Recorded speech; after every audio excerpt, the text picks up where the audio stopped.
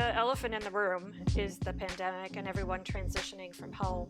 Because for me, the reality is I'm still interviewing people all around the country and around now London.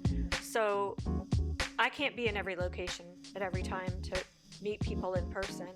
So I feel like what happened was suddenly people got used to being on video. We believe in this community, and one of the first things, it was 3 months in when the pandemic hit, and everybody's like going home, and I was the first recruiter that they had. And I was a little nervous because I'm like, okay, companies are letting people go. Why are they going to need a recruiter right now? And I was talking to one of the founding partners, and this conversation came up because I was a little worried, I was the new kid on the block. And he was like, no way. He's like, this is the time to hire people. This is the time to support our community. I am not letting anyone go. And you go out there, you find the people who are being let go. Let's interview them and get them in the door. Do you find that the experience of recruiting is different for recruiting juniors and recruiting seniors and supervisors? I think that, at least from my experience as a recruiter, you have to be adaptable. Every visual effects supervisor, every location, every producer, they're all different. They all have their own style coming into it. And when I first came in, it felt like everybody wanted, okay, we want to have a process. We want it to be, all things recruiting goes this way. So everything's tucked into a nice little, folder. But it doesn't work that way. And I learned to adopt to the heads of studios and what their directives are and what their culture is, because although we have a global company culture, as you know, each location is different. Vancouver's different from LA's, different from Atlanta. So some locations are super into juniors, and they want to bring juniors on and they want to train them and they want to mold them into what they want for that location. Other locations, they want their core team. And then when there's some work that comes in that they can throw onto a junior, then we hire a junior. So it kind of just depends. I don't have a one size fits all answer for that. I mean, I guess my question was a little more the approach in what you're looking for, because I guess a junior it could be their first job. So you're looking at someone coming out of college, and a senior, they very well may likely have a job. Oh yeah, definitely. Well, with juniors, I really just want to see, I always encourage them not to put everything on their reel. I already know you're going to give me a reel that maybe only has 2 or 3 shots on it. I only want to see the shots that you've done through your education or any freelance that you're super proud of, that you think you did a good job. I don't need to see everything you've did as a project in school and whatnot. And it's really for us, when we're looking at juniors versus seniors, juniors, we put them through usually it's like a 3-month trial. And we're not looking for going from junior to superstar. We're just looking that you're understanding the process and that you're making gradual improvements. Whereas obviously if you come on as a senior, well, you got to have a good reputation. I think that, at least from my experience as a recruiter, you have to be adaptable. Every visual effects supervisor, every location, every producer, they're all different. They all have their own style coming into it. And when I first came in, it felt like everybody wanted, okay, we want to have a process. We want it to be, all things recruiting goes this way. So everything's tucked into a nice little, folder. But it doesn't work that way. And I learned to adopt to the heads of studios and what their directives are and what their culture is, because although we have a global company culture, as you know, each location is different. Vancouver's different from LA's, different from Atlanta. Us, because we work on Marvel shows, but that's not all we do. We have a lot of clients and a lot of variety. So we're hoping to find seniors that don't mind mixing it up a little. Um, but we're definitely not that company you go to if you just want one specific type of shot and, want to be on that ILM credit in the movies. Yeah, I mean, there was a funny story about Marvel shows and seniors and juniors. Is when I was working at Frame Store and men came in and they were talking to the staff there, and they really found it hard to get juniors on the show. But every senior that I think Ben asked, they just were like, "Yeah, we want to do it." Every senior, Yeah. every senior that asked jumps on the chance to do something weird and crazy and like a little bit mental, which that film obviously is. Um, and I think there is there are different things maybe, or if you're starting a family, or there's certain things where a Marvel show is less attractive than I think if you're starting in the industry, there's nothing like working on the biggest show around, right? You want to. Right. Cool. So I guess now let's flip the thing around a little bit. Let's take three imaginary candidates. We've got like someone straight out of college. They've done a lot of generalist things, but they've decided to go 2D, and so they want to do they want to get into roto prep. Someone who's kind of a mid. They've done a lot of match moves. They've done a little bit of modeling, and they want to progress within 3D. They actually want to change slightly and move into lighting. And a third person who is a sort of very strong mid, but they want to get into leading and becoming a comp soup or something like Mm-hmm. that. So, what advice would you give to those three people? Um, okay, so let's go to the junior. I'll start there. Um, my advice being just getting into his or her career and getting your foot in the door is um, one thing I encourage, because it's really hard, obviously, as a junior. You and your classmates are getting out and you're all going to fight for the same few junior jobs that are out there.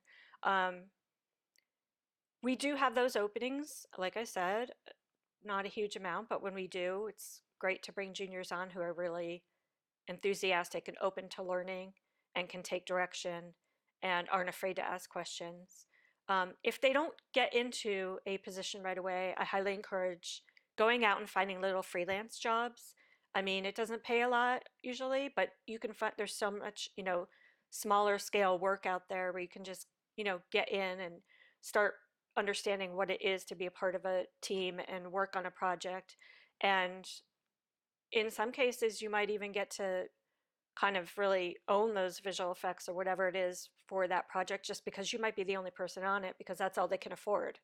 Um, so those little projects, although they're not, as exciting as getting a full-time job, I encourage them to go to just try and get those kind of jobs, whatever you can add to your reel.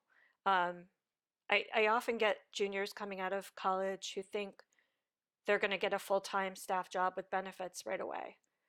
Sometimes they even apply for the mid or senior level positions. And it's like, you got to set your expectations, you know, and another thing I encourage juniors to do when they're just getting out there and trying to get started is go on LinkedIn and find a mentor. There are so many senior artists out there who love to mentor like artists and like, hey, you have a green screen comp. You want to show them. Once you become their friend on LinkedIn, can I show you a shot? Can you give me some advice? Or how would you have handled this situation that I'm in? Any any kind of mentorship, I think, is so valuable. You learn so many tricks that way, and especially now that we're not in the office, it's not like you're looking over at someone's next to you and say, "Hey, can you help me? Is there a better way to do this?" Um, it's harder now. You got to Yeah. chat with someone online and pull up your project, and then they take control of your screen and show you what to do, and it's just not as fluid as it used to be. Um, so that's my advice for the junior. Um, so your mid-level character is They're 3D generalists. They've studied to be 3D generalists, but their work experience is all match move and some basic modeling. They want to move into lighting, so they might not okay. have experience in this particular role they're looking for. That's a good one. I think for that level, if they're saying they specifically want to get into just lighting and they were a generalist and they were, stuck more on the modeling side, um, they're going to have to probably search out those companies that have those big 3D pipelines, so like lighting is a department of like 50 people, working on Yeah. a feature film. And it's probably going to be easier for them to get into that scenario because they're going to be given a certain amount of shots to work on, and maybe they can get more of the easier lighting shots in the beginning, and then as they hone in on their skill and get better, take on some of the more um, difficult lighting projects. Because I like, for us, for the type of company Crafty Apes is, like I told you, we're more generalist based. So if someone came to us and all they did was lighting, well, then they're probably not going to get as much experience in lighting because that's not all we need. We do need you to model and maybe jump a nuke or whatnot. Um, so yeah, did that answer your question? Oh, yeah, I think that was it. That's Seeking out the more 3D pipeline companies. and do you think Yeah. in terms of showreel they would have to like, I guess they'd have to present some more, probably add some personal projects or something like that? Do you think Oh that's yeah, right? definitely. Definitely. Yeah, some of the best reels I've seen from people is when it's just their work that they've done, their own personal projects. Some really beautiful stuff. And for lighting, I mean, really, what's the reality? We want to see that you have an eye, that you have a good eye, and that if it's, you know, not an animated film, but reality, is it realistic? So you can show that in any way, depending on what kind of projects you want to work on. Even artwork, Mm. like love seeing, everybody's an artist in this industry, and I love seeing their personal artwork as well. Um, yeah, and the motivation, Brilliant. Yeah. my guess is if you're a generalist, you have some lighting experience, Yeah. might not be a lot, but you have some. Yeah, so you can at least show that you've done a couple of production shots, and then if you have some very strong personal work, you've got a good lighting reel that you can at least get a junior lighting role with, and do that departmental Right. move. And your senior character.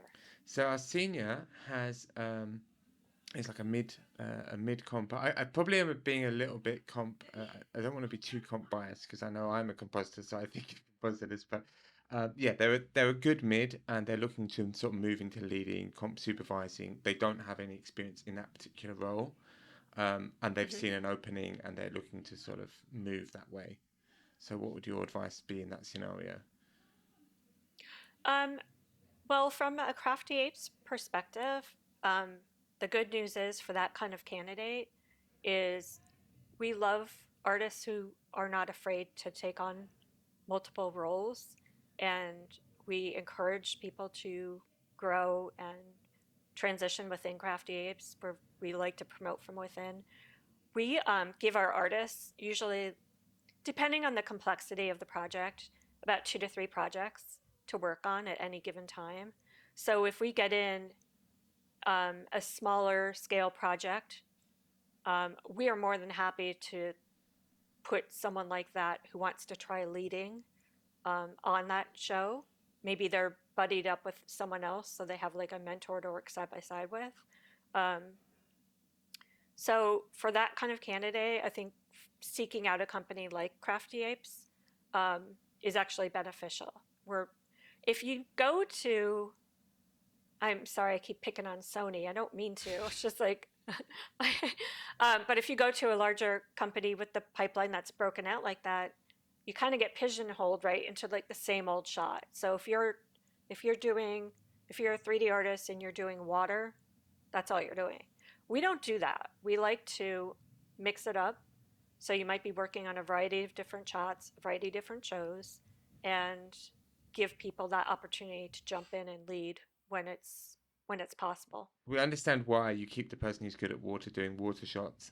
They're going to get very good at it, and they're going to do them very well. But at a certain point, they are going to get demotivated, aren't they? And the quality is going to start to go down again, or not, or at least not improve. Yeah, I mean, and it goes both ways because I have run into artists too who they like just being in one. They don't want to expand beyond that. So it definitely depends on the individual. But yeah, I mean, I've seen it over and over again where artists just get thrown on the same shots over and over, and they get bored, and they're just like, I can't do this anymore, you know. Um, and I think that's why this generalist strategy, although it's harder to find those people, has worked so well for us because it gives us the opportunity to shift them around on different projects. You know, and if like there's a 911 at another location on a show, and hey, we know this guy in LA is really good at this task, let's move him over there. We have that ability to do that, you know, um, and move people around, kind of like, you know, game of chess. It's just Yeah. like figuring out where all the pieces go. Um, so yeah, I mean, it depends on multiple factors, right? But we don't like to pigeonhole people into one specific task. So, So, so is part of your remit also those kind of internal applications where someone wants to move up, or they want to move to a different location, or you want someone to move to a different location? Do you get involved in those kind of conversations?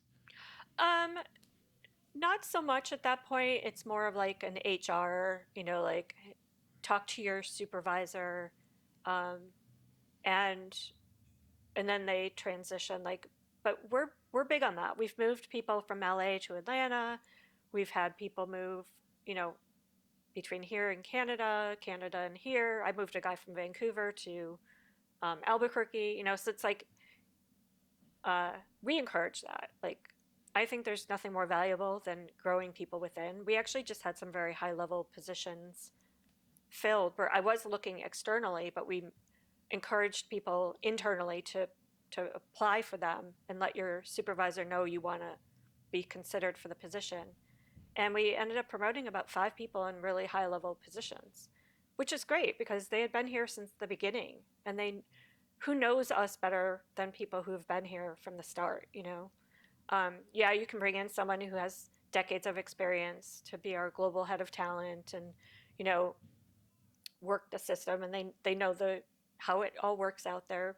But I think we find value in the people that we've um, grown up with, and you know, they've taken on, if they show the motivation and they can take on multiple hats and they're wanting to grow and move into another position, then yeah, absolutely. You know, we'd rather promote from within. That's But brilliant. I no, think those conversations go with HR. no, I mean that makes a lot of sense. But I think it's really interesting because it's amazing often that when you do go from one company to another, you're often offered a lot more money or a much bigger role, um, and it's the same companies that are often quite unwilling to, you know, I don't know that what the if there's a if there's a business motivation for this, but within the same companies, I find, you know, when you move from one company to another, you can get a very large pay rise or a very large kind of increase in role, and it's much harder to request that within the same company. I don't know if there's a business reason why companies operate that way. I'm sure there's a logic to it somewhere. Um, I haven't found we we're very good at maintaining like a company culture that, although we may not pay the highest at that company, but here's what we have to offer. We have work life balance. We care about you as an employee. You're going to get birthday gifts every year. You're going to get an anniversary gift. You're going to get company parties, and we're going on a trip glamping in Yosemite. And, you know, we do things to um, make the work life balance Mm. worth it. I'm not saying we don't pay well, but it's, you know, if you're coming, if you're only making that jump to another ship for the money, then we're probably not that either, because we want people who want to be with us and want longevity and want to build relationships with us, and not people who just want to like, okay, I'll be here for a couple months, and now that I know your pipeline, I'm going to jump and go work on this feature over here. You know, like that's probably not a fit for us. Some people, some, I mean, artists, some artists just like jumping ship and moving from project to project and not being in the same company at the same you know, all the time. So it kind of depends on what you're looking for, I guess. Yeah, Um, I mean, I don't know if it's similar in LA. In London, there's very much often more, not so much a jumping from company to company, but very often a kind of merry-go-round where, an artist will work for two or three companies on a kind of rotation um, over time because they tend to go back and work, a project here and then a project there, and then they will often return to companies that they've worked for prior. I mean, I don't know if you have similar situation where you have artists who you rehire multiple times for different projects, or are you trying to keep um, your team we quite try to keep stable? our people. We like to convert people to employees if they like it here and they want to stay. We'd rather have you be an employee. Um, and it's different, to your point, it's different in every market, right? So New York, we wanted to build our core team of people, and we wanted them to be staff because the culture in New York is a lot like what you're saying. People who rotate at different companies, they don't want to commit, they want to work freelance, they want to be able to take their 1 to 2 months off a year. Um, and so it was hard because my mission was to get people to join on staff and, be a part of what we're building. And that was hard, that was challenging. LA, not so much. People are like, yeah, sign me up. I want benefits. I don't want to pay for medical. Mhm. Um, so, yeah, each location was different for sure. And then, of course, if you're relocating someone, you're not going to relocate someone for them to be freelance. No. So, we want to see commitment. So, yeah, for me, tapping into the London market is going to be interesting because it's going to be a whole new set of challenges that I'll face. Um, and also, a lot of the projects in London are really high end, you know, Yeah. um, and we do high end projects. It's just we also mix them up with bread and butter projects. We have clients that have been with us since day one, so we're not going to not work with those clients too. Um, so yeah, it'll be a different market for me for sure. No, that's really. Any help anyone can give me would be great. So yeah, well, I mean that's why. I mean, I think the fact that that this industry is such a small community is kind of one of the inspirations why me and Kofi, got well, one how we kind of met, and through the fact that everyone knows someone, like it kind of almost like everyone's a Kevin Bacon to someone else, and then of course we Right. it's just the feeling that you are a community and you want to help that community the way you can, or help people that want to come into that community and get the best people. When you can't answer a question, get the best people to answer the questions, like we're doing now.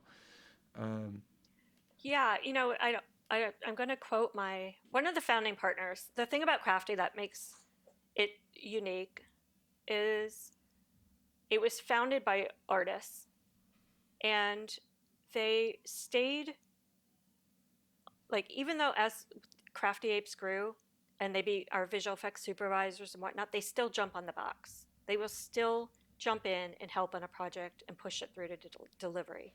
Um, and the company culture is that of what a visual effects artist is. yeah, That's what we are. We're visual effects artists as a company, um, and we believe in this community. And one of the first things, it was 3 months in when the pandemic hit, and everybody's like going home, and I was the first recruiter that they had, and I was a little nervous because I'm like, okay, companies are letting people go. Why are they going to need a recruiter right now? And I was talking to one of the founding partners, and this conversation came up because I was a little worried. I was the new kid on the block. And he was like, no way. He's like, this is the time to hire people. This is the time to support our community. I am not letting anyone go.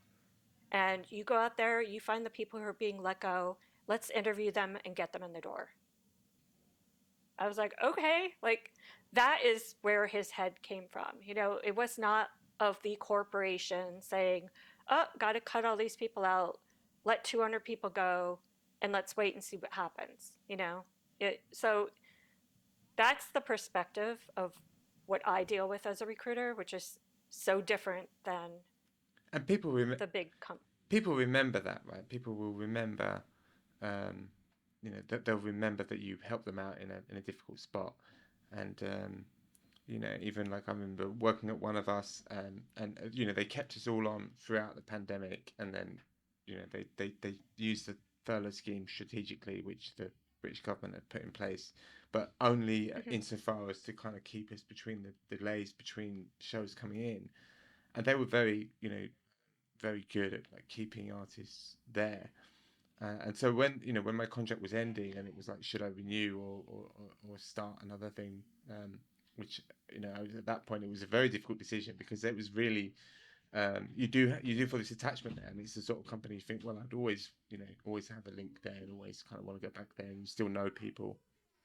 So I Right. think when you build those relationships, they stay with people, and even if people move around, I mean, it's quite important. So it's good to see that mentality still going, because you do see it becoming a little bit more, I guess, as it's maturing as an industry, becoming a little more conventional, a little bit more corporate kind of management style, a little bit more managerial across the Yeah. board. I've one of the attractions of Lola for me was a similar thing. It's one of the I think it's one of the last little companies that has sort of stayed um, relatively independent.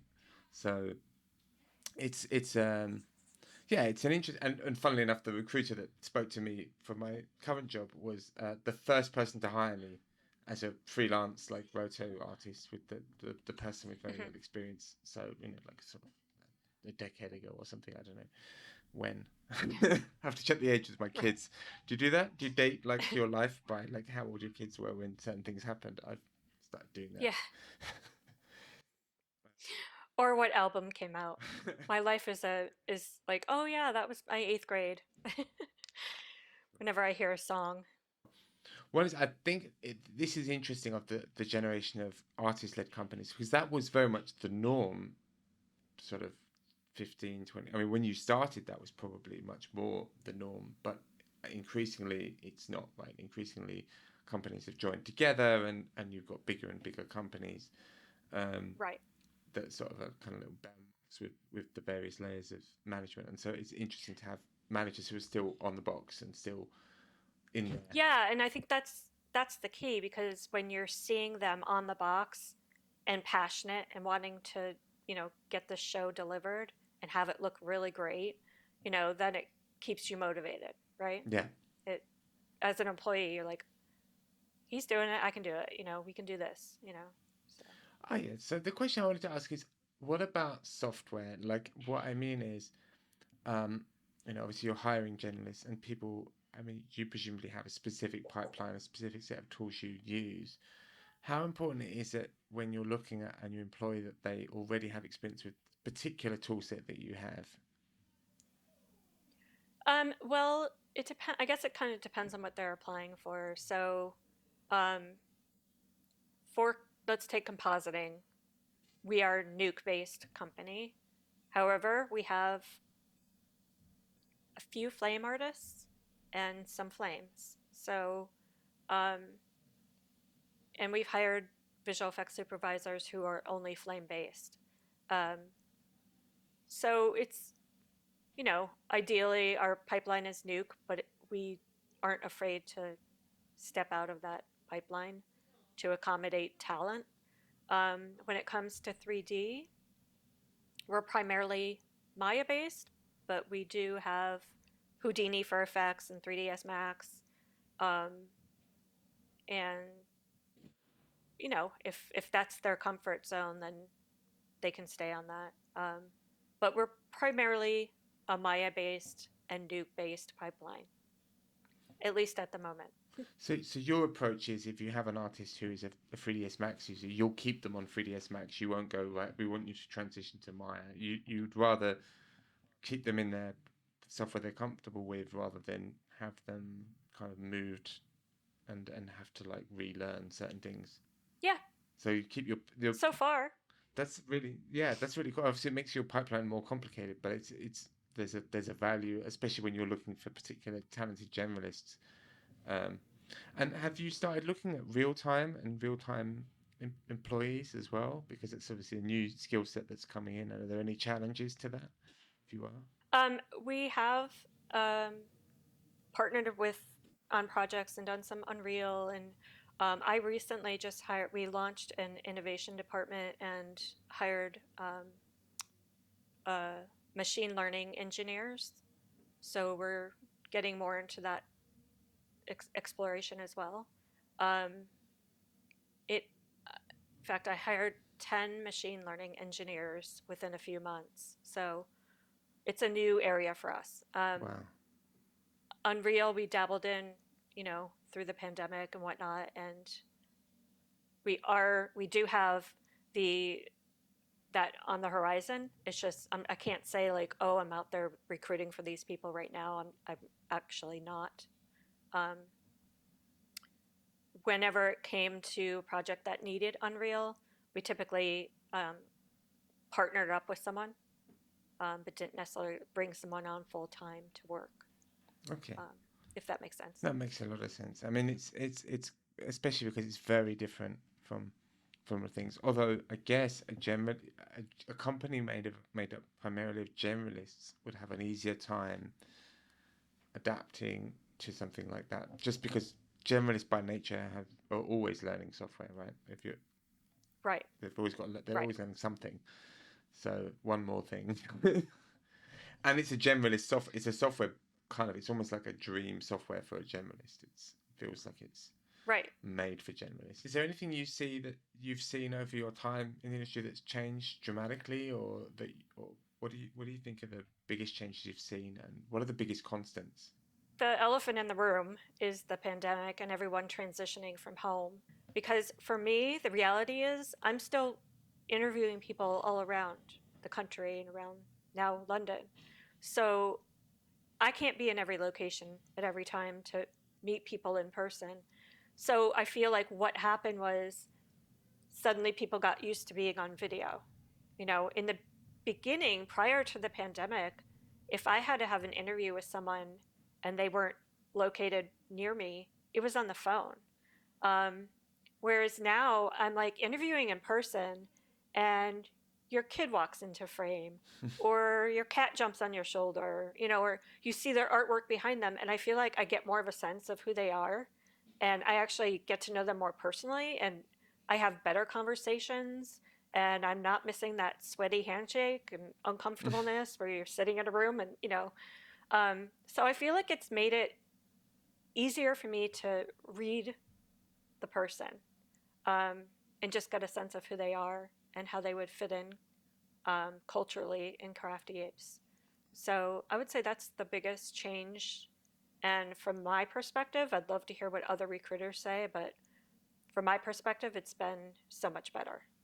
And it's made That it easier too. Like I don't have to worry about someone getting stuck in traffic and running late, and then I have another one right after. So it's like I can do back to back interviews all day long if I have to, and nobody's driving anywhere and stressed about, getting to the interview on time. So, I mean, it's fascinating actually that you feel that you get more knowledge because there's a there's a big esteem around being in the room in order to know someone. But as you're saying, I guess an interview is kind of an unusual situation for most people, right? I mean, even it's uncomfortable. yeah, It's uncomfortable and it also depends on like, okay, who's doing the interviewing? You can have a hiring manager who isn't really too great at interviewing, and that can make it really uncomfortable. And I feel like now when we're like in this video world, um, people are a little bit more loose and it's a little more casual. And you kind of, I feel like I see who the person really is. Um, in person, it was always, like I said, it was very kind of a cold setting and the person's nervous and maybe they're stressed from driving and, you know, also the other thing is now I'm not giving tours. Before I'd be like, you do the interview and then you give them a tour of the place and show them around. Well, everybody's working from home. So that whole part of that process is like eliminated. Like, okay, no more tours, But that used to be a big part of your sell is like, this is my company, this is where people hang out. Here's the kitchen, But none of that anymore. So That's interesting. And um, as a recruiter, how much importance do you put on the interview itself, um, compared to the rest of the application? Because obviously you've got showreel and the CV, LinkedIn. Well, it is a big part for us because we're more concerned with. It's not that we don't want you to have a good reel or a good resume, but we're more concerned with, are you going to fit in with us and what our culture? Because, like I said, if you have an ego or you only want to work on specific projects, then that's just not going to be where you don't want to be with us because we don't have egos. We're looking for, like I said before, partners and people who want longevity, want to grow with us, and want to help build something um, that they can be proud of. So I think the actual interview is really important. Um, you can have a good reel and a good resume, but if your in-person interview or in person um, is isn't doesn't go well, then it might be a pass. It, Or hey, come work with us to help us finish this for 2 months, kind of thing. Um, I think personality is really important. Like in this industry, we're so close to each other, and we're, like I said, it's a close knit community. And if you don't get along, that just makes everybody's life very unhappy. yeah, I mean, if you have I don't know, if you have a supervisor people are scared to ask questions of because they're aggressive, the end result is that your juniors make a lot of mistakes and they don't get help, and the whole Yeah, project as looks a terrible. junior, that's a really good point. Is like you you just need to nail the interview. I already know your reel is not going to have much. I know your resume is not going to have much. Um, but if you show initiative and you're motivated and you're excited to learn, we're more than happy. I mean, hell, we've hired baristas at coffee shops up the street, like just because they're, really good personality and they seem like they'd fit in and they're eager to learn. So um, it's important. Resume is important too. Like, okay, as a piece of paper I get in front of me, the minute I get a resume that is super busy and has all these little, you know, icons on them and charts and their skill level and the print's really tiny because they're trying to fit in all these pretty images. I'm like, I can't look at this. Like it hurts my eyes. And I'm like, I'm done. So it's like it I always just try to tell people just keep your resume and your reel like simple. Make sure you have the breakdowns on your reel. Make sure your resume has the start and end dates. I notice a lot of people these days are like leaving off the dates, and I'm like, well, how do I know you didn't just jump from company to company and didn't have repeat business because maybe there's something that you're doing that's not getting called back. Like dates are really important, or like how long ago did you graduate from college? You know, if I don't see that date, then it makes it hard for me to understand how you are calling yourself a senior compositor or mid level based on the amount of time you've been in the industry. So Yeah, that's really interesting, actually, especially because I remember seeing these really pretty CVs and think, oh, they look really cool, but it's interesting to hear the recruiters are like, no, they're not cool. They're not what I want. I've had this one guy, the poor guy, who was a 3D animator, and he put all these beautiful models that he built on his resume. And then over in the lower left corner, in this tiny, tiny print, was the software he used and where he actually had worked. I couldn't even read it. And I'm like, no, I need to see this stuff. I like so it's important to have very precise information. Um, Another thing people are doing are putting like hyperlinks on their resume, which is great if they work, but then there's a lot of times where the hyperlink gets broken during the applicant tracking system process or whatever. And then I don't have a link to the reel. So then I have to reach out and say, what's your, reel link? So I always tell people to just write out your reel link. You can do the hyperlink, but have it written out so that we can get to it. Um, because those Yeah. little things delay my process, you know, as I'm trying to get through resumes. And it might, if I have to wait for you to send me a reel, I might have found someone else in the meantime, and then you missed that opportunity. What do you feel about password protected reels? Does that because they used to? I've heard people say that makes them suspicious, but I mean, I know also that a lot of Oh, companies are a bit more rigid about what you can release no, on a reel. I have no problem with a password. We have password protected reels as well on our end. If the client approves us to show a before and after of a project we've worked on, we password protect it. Um, I don't, I mean, that's pretty much all our clients are very strict about things going out and, the approval for that. So I get it.